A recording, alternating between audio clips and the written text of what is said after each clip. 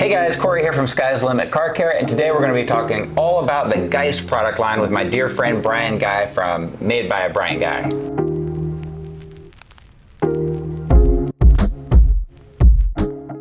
So all you watching probably already know Brian Guy very well. If you've been around for any number of years, you probably know that Brian Guy has been instrumental in a variety of the things that are best about our industry today, going way back to 2006. That's 20 years ago now, 2 decades, sorry to age you. But Brian, he was instrumental in really helping a lot of us improve the quality of our work in this industry, from paint correction to ceramic coatings, and then the last few years, leather. So I'm really excited about Brian Guy joining us today. Brian also has a company that he started a couple years ago called Made by Brian Guy, and he makes the coolest leather goods, purses, all kinds of cool stuff, so check that out too. But anyway, thank you so much for coming by. Thank you, Corey. Thank you, Corey. So it's crazy. Like, I actually realized here recently that I started tinkering with leather about 10 years ago. Like, wow. And on the passionate side, right? You know, of tinkering with it, yeah, and like that was like kind of strange to me that I didn't know it had been that long already. So yeah. Yeah, I didn't know that either. So, but I'm really excited about having the Geist products here at Sky's the Limit, and Geist is a really incredible brand. They're 100% dedicated to leather care production, interior plastic, vinyl production, and you know, whenever you have this type of dedication to a brand, you're going to get a great product. Yeah, I absolutely love also, I know we've talked about this before, but the fact that each product is plant-based, the fact that they are free of solvents, free of forever chemicals, microplastics, just there's a lot that's been taken into consideration with regards to not only the surface, which you just touched on, but also the user and the health of the user. That's something that really goes unseen, forgotten, and just overall overlooked by everybody. Absolutely. So, so Geist, and as with my leather craft, leather care background, there's always going to be a lot of different options, and the Geist option is really suited and fitted well into the automotive category. So there's also a lot of dedication into automotive around the production. Yes, I noticed that. Yeah, I love it. That's great. Well, let's go ahead and get into some of these products today. How about we start from the right and give us a little bit of detail on where each one of these products excel, if you would. Starting with the coating, the Repel. Absolutely. So the Repel coating, there's 2 key things that are very important to know. Is number one, it is solvent free. This is the most important thing about a coating onto a leather or vinyl surface, is having a solvent free product, and you're going to get the long-term durabilities out of having this form of protection on top of those surfaces. Perfect. That's excellent knowledge. And then next up, what you refer to as the Balm, the leather balm for older leathers. Absolutely. Most often. I refer to any type of a paste version conditioner as a balm. Because a lot of them, the key things there are the synthetics, fats, waxes, greases, and oils that leather tends to lose over its lifespan. So if we have a piece of leather or a piece of leather that is losing and drying out, it needs these oils replaced, much like conditioning our own skin. Sure. Excellent. And this is something that finds its most use on older leathers, you mentioned, but sometimes on newer leathers it can still, if they're starting to get like 10 plus years old, perhaps it may give them some benefit as well. My analogy is that it's always going to be at some point. At some point in a leather's life, it will need it. So the conditioning process of a piece of leather that is already basically a dead animal that's decaying, we have to not allow it to die again. It's been my analogy. So I always say, don't kill the cow twice. And when you know it is organic, it's very, very important to care for it. Absolutely. Awesome. Thank you for that. And then next up is kind of the sister of this product. It's a liquid, a spray, but it's a leather softener. Where would you use this that you would not use that, or what can you tell us about the leather softener? Absolutely. So the leather softener is the ideal product for when we run into that dry and brittleness. So and this is generally happening because again the leather is losing its moisture, and for us to have a very more faster, more quick, and a more effective result, we can apply a leather softener to it. And because of the viscosity of the fluid, we have this penetrational value that's seeping in there, and there's oil content in here that's helping to restore the collagen fibers within the leather as well. So, but we're using this mostly when leathers are becoming dry and brittle. Perfect. Excellent. Thank you for that. Next up, we're going to come back to leather here momentarily, but we also have the fabric cleaner and stain remover. And something that I really like about Geist is that it pretty much tackles every surface you can imagine on the interior of the vehicle, whether it be Alcantara and a variety of fabrics, leather, plastic, vinyl. Obviously, with this one, we're talking about specifically about fabric, and it says it in the name, but is there anything particular you can tell us, tips, tricks, or anything special, what makes this product better than others? There's two key things that I can think of right off of hand is that it's plant-based and it's going to be soap-free. So there's no chemical concentration or chemical product in here that's going to linger into your fabrics, much like when we're washing our clothes and we have to rinse them through this cycle. The plant-based formula is already doing what it's doing and offering the cleaning benefits as well. Awesome. So you can do less rinsing. Awesome. That's quite useful. And one question for you. I know we're going to get to this foaming bottle over here, but can we use that foaming bottle over there with the fabric cleaner as well? Or would it just be no point to that because you're going to want to saturate the fabric a little more than some of the other things? You could.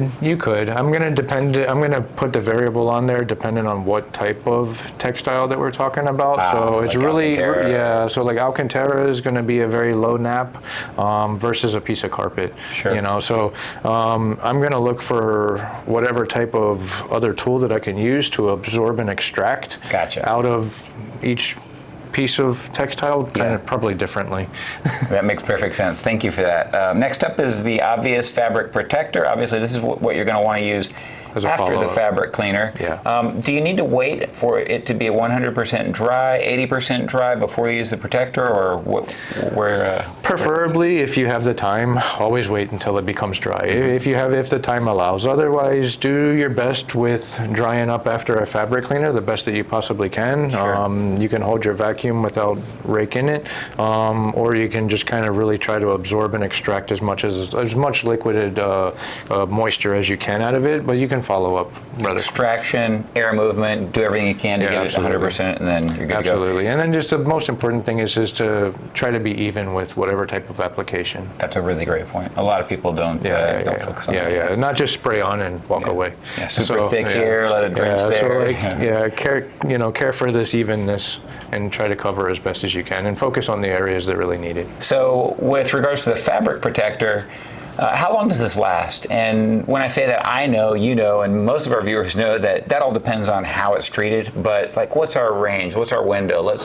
say give a back seat that never gets sat on, that nothing's rubbing against it or removing that protector as one example, and then let's consider the front seat being fabric, maybe Alcantara even, and having this protector on the front seat. How long is it going to last in those two very different conditions? Two completely different worlds. Absolutely. So on the back seat, you can have this realistic time frame of having a long-term protection and easier maintenance when you're Is there any reason that would it degrade with sun over time in the back seat, or would it literally of course, like anything. Be a year? Yeah, of course, like anything. I always feel that there's like a degradation, that's taking place. So but with no friction, no weathering, but if you jump back there, even with a vacuum, for example, and you just vacuum the seat, there's a level of degradation that's going to take place. How much? Depends, so like I think on the realistic side is, like I said, as long as we know that we're kind of even with our applications and even with our protection, the best that we possibly can, then we can know that we have this really well covered. Hopefully that nothing damaging happens, but the variable always still exists. Sure. And in a worst case scenario, well, not a worst case, but in the scenario where we clean it very well, we protect it properly, it's completely dry when we protect it. The application is spotless. However, in a worst case scenario with regards to it getting trafficked in a daily driver, a driver getting in and out of it every day, what would you say? Does Geist give you a very realistic time frame on how long that should last, or should we reapply that protectant, say, every 1 month or every 3 months? What would you do in a worst case high traffic scenario? I always know that like life is going busy and it's always hard, and with the best intent, we always want the 1 month scenario. Sure. But listen, if you're staying on top of it every 3 months, you're doing a fantastic job. Perfect. That's exactly kind of where I figured the range would be. Thank you for that. Let's go ahead and move on to the Rapid Vinyl and Leather Cleaner, and then we'll go on from there. Absolutely. So this is going to be your go-to with most any of your leather, interior, vinyl, plastic, all the time. 99% of the time, always go for this product first, because you're going to get your cleaning results rather quickly, depending on which applicator you're using for your abrasion tool, whether it's a brush or a foam. Okay. But you're always going to go with the least aggressive method first. Right. And I'm not necessarily saying that it's the least aggressive product. It's the least. It's the product that the material enjoys the most. Okay. Got it. So, because we can always be aggressive through scrubbing, Sure. or we could always be aggressive in other ways that we don't know how, but the product itself apples to apples. apples to apples. Okay. So, but the product itself is not allowing it to be aggressive. So it's very pH balanced. Perfect. It's ideal to the surface of mostly leather. And Excellent. And they call it leather and vinyl. I assume that if it's leather and vinyl, it's perfectly safe on plastic as well. yeah, of course. So, Awesome. Next up, we have the leather conditioner. And what would you say the Geist leather conditioner does with regards to any benefits over just a typical conditioner that any old auto company is going to come out with? The number one benefit would be UV.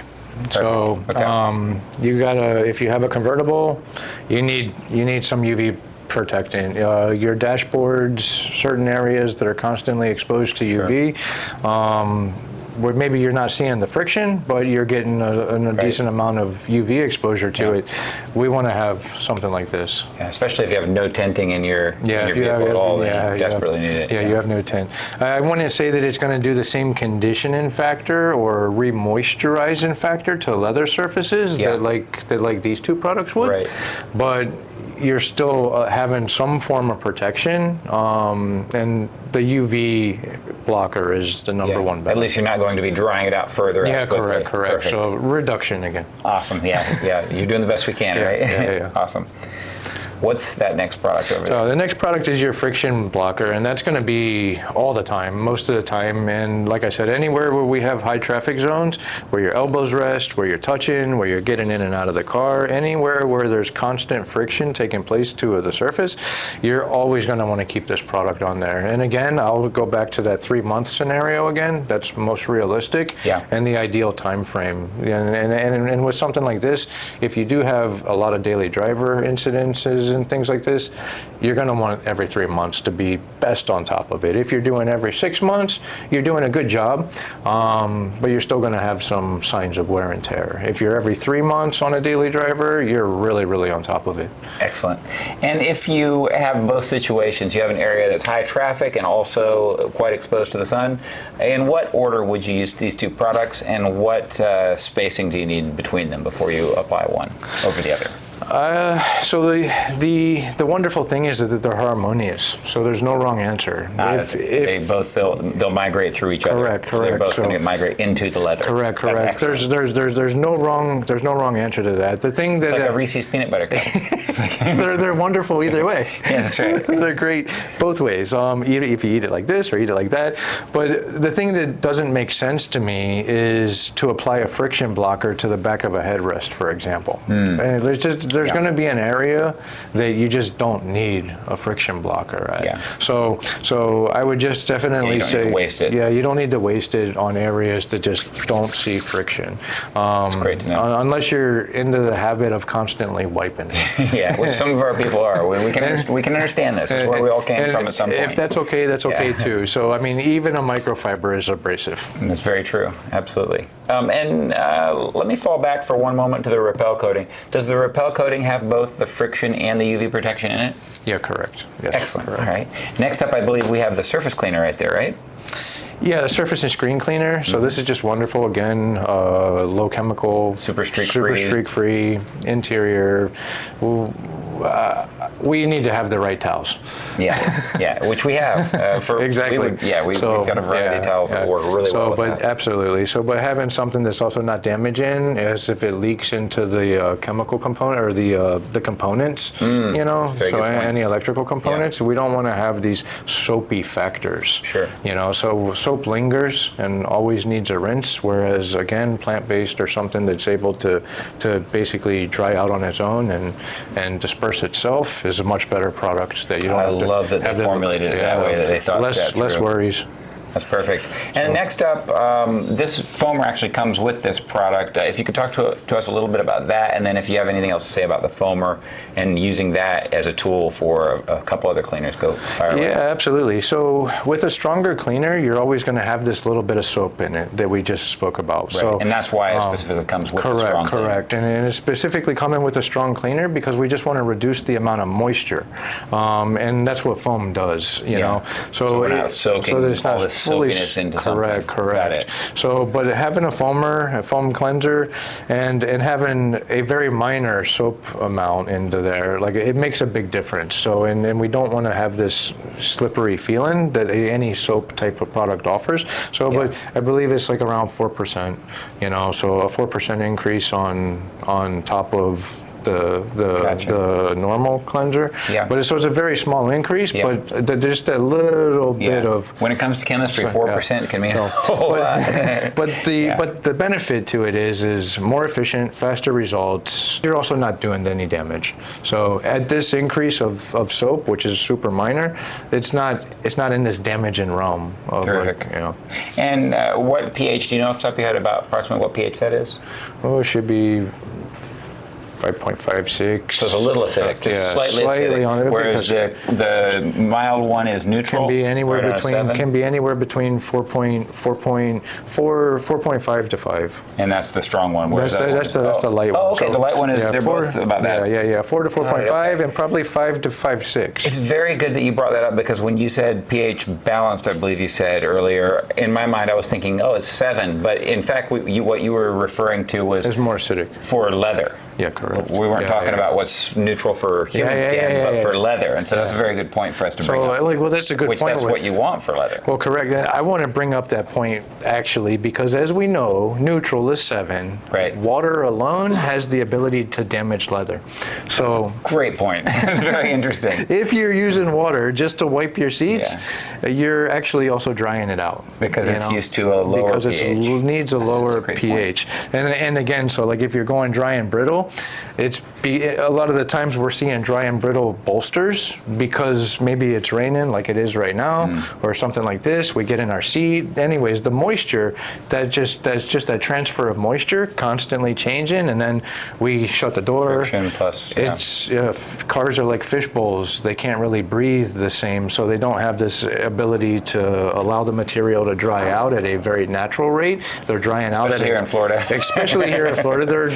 These interiors are drying out at accelerated rates, you know, and when this happens, you force a dry, and when you force a dry, you become more dry brittle faster. Gotcha. So, and that's simply with just water. Yeah. Just pH of 7. So fascinating. Anything on the lower side is always on the better side for leather interiors. Excellent. Thank you so much for that. That's something that never gets talked about, and I completely forget to talk about it as well.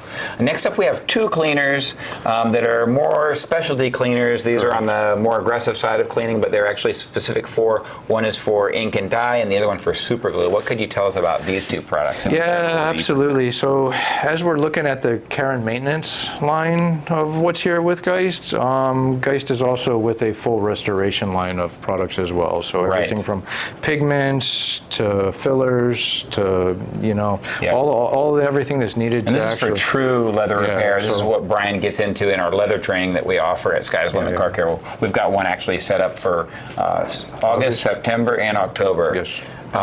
Sorry to interrupt you. 2-day classes. 2-day classes. 2-day classes, because it's a lot to cover, and there's a lot to cover into those specialty products. So as we start breaking into specialty products, we're teetering on the line of we're achieving a better result, getting as best care and maintenance as we can without bridging that gap into repair and restoration. Yeah, the hard stuff. So well, not after you're done learning from but so like this is a fantastic product, the ink and dye remover, because it is a common issue.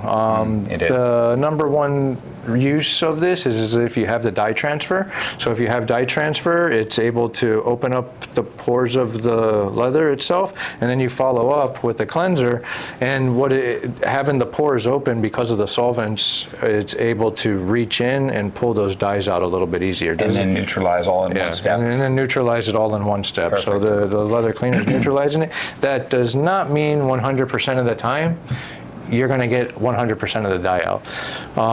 Too many variables. Too many variables. Sure. So if the dye is too impregnated into the surface, then you did your best. How much friction was happening in tandem with it? What type of dye it is? How long it's been there? How long it's been there? How many times the sun has baked it? How long? So, and if you tried your best, you're teetering on the line of going into the repair without going into the repair. You did your best. Anything after that, you need to repair and basically recolor. Okay, perfect. And then finally, the last one obviously speaks for itself. Super glue remover for removing any type of adhesive. Yeah, absolutely. It's absolutely fantastic. Perfect. I mean, and I would probably consider that product also just for sure. Well, for any of the Sky's the Limit customers that are also dealing with PPF and stuff like this. If you've not tried the super glue remover, the super glue removers are fantastic. Not just with interiors and things like this and the little tips and tricks that you can do with it, but super glue removers are fantastic. Awesome. And very, very useful. So cool tip. ideally, if it's not going to damage skin, safe. Got it. Okay, perfect. Just a couple more things left to go here. Let's talk about these leather brushes momentarily. I see there's two sizes, and of course we have the little foam applicator brush too. As far as the brushes go, is that boar's hair? What horsehair? These are synthetic bristle brushes, and the idea behind synthetic bristle brushes in automotive interiors is that when I'm using it with a leather cleanser or any type of cleanser, when you're creating agitation, it's not creating heat. So you don't want any heat added to a product. So if I have a microfiber, for example, and I'm using a cleanser and too much friction, you create heat. You're actually not just to the surface, but to the product. You're changing and altering the product. So with having a synthetic bristle brush, you're decreasing the chance with having any heat added to the product. Interesting. And simultaneously, you're always going to be on the matte surface side. So because with friction, as we know with paint correction or anything else, friction, abrasives create shine. Right. You know, so we spend years of polishing, and that's what's taking place. And that's not what we want to do here. No, that's not what we want to do here. We don't want to create shine. That's right. So because these materials are with texture, they're with more of a matte appearance, and that's the other advantage to having a synthetic bristle brush is that we're staying more on this matte side and keeping the finish as true as possible. Awesome. The least aggressive approach would always be a foam applicator. Certainly. So that's the least aggressive. So if you have a GT3 and you take care of it really, really well, you don't need to go jump into something that's super scrubbing. You just need some light scrubbing. You're only driving it with long sleeves. Yeah. Sure, you're so careful. You got driving gloves. So you get in and out of it right. Yeah. Like instead of some of us. You know. So, but then the least aggressive method is always a foam cleanser. Perfect. So like, and that's a much better option than, like I said, with a microfiber. Even a microfiber can be damaging and abrasive. For sure, yeah. It's easy for people to forget that. The final thing we have to discuss today is the kits. This is really cool the way they set up the kits with Geist. Obviously, you've got the 3+, the 3-, the fabric care kit, and the aniline leather kit. The name makes it so easy for our customers that don't want to get into all the details that we already went over. The 3 Plus, obviously that's for leather that's on cars that are 3 years or older. 3 Minus, 3 years or below absolutely. 3 years. Fabric care, it's got all the tools you need for the fabric care. And then the aniline is for those King Ranch, those Or specialties, there's a McLaren's, there's some guys who spec out their Porsches to have aniline leathers, or even a semi-aniline. Maybe you don't want to have you can still classify it as an aniline because of this. That's a great point. So semi-anilines is also, we have basically the pigmented semi-anilines and aniline finishes within automotive. So in any of those cases, we're going to stick with aniline or semi-aniline. We're going to stick with aniline. Correct. So because both of those terms, aniline and semi-aniline, those are very absorbent. Both mean porous. Yeah, porous and very absorbent leathers. Okay. So they'll take moisture if you give it to it. Awesome. And so it's best to give it the right kind. Yeah, absolutely. That's great, Brian. I can't thank you enough for all the knowledge that you've shared with us today. We're super excited about the leather classes that you're going to, or the training, the leather trainings that you're going to be. Really excited. Yeah. 2-day classes. Yep. It's a lot to take in. We have 3 dates on the Sky's the Limit website right now. Right. So August, September, and October. Yeah. And we hope to see you there. It's going to be. And really you're going to cover fantastic. not just the leather maintenance that we've talked about here a little bit, but you're also going to get into leather repair, really serious things that if it's something that you are just completely obsessed with and want to learn how to do, or if it's because you have a detail shop and you want to become really great at leather repair and have that something extra to add to your menu, something that none of your competitors have. Absolutely. And also maybe help bridge the gap into understanding even your customers better and some of the other possessions that they might have as far as professional service providers. You don't know that your guy with a Ferrari also has a really interesting couch, or he has an interesting ottoman or something like this, or his wife. He'd love to be able to find somebody to care for that the same way he can trust you. Absolutely. So being able to kind of look at the entire leather industry and really open the doors is a really fantastic thing that we will touch on, but we're going to touch on the repairs, the theories of leathers, how leathers are produced. And when you say repair, you're talking about literally if you have a cut all the way through, how to repair that to like new.